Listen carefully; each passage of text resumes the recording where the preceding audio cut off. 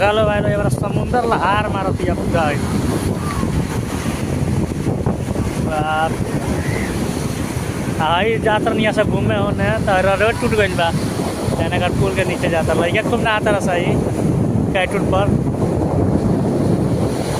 पूरा लड़का ना आता रहा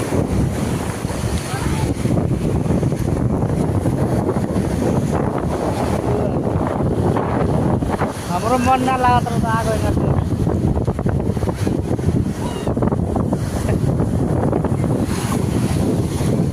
बड़का बड़का लहर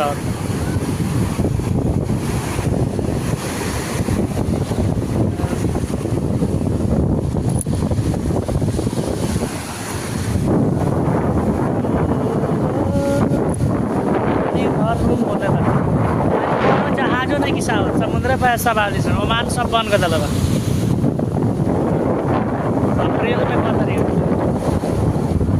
हमारे उन्ने घर बाटे बिल्डिंग के पीछे रोडों पर चलो आवे बार नहाए तो आवलो साथ में नहा जाए हमें अकेले रहनी वैसे ना नहानी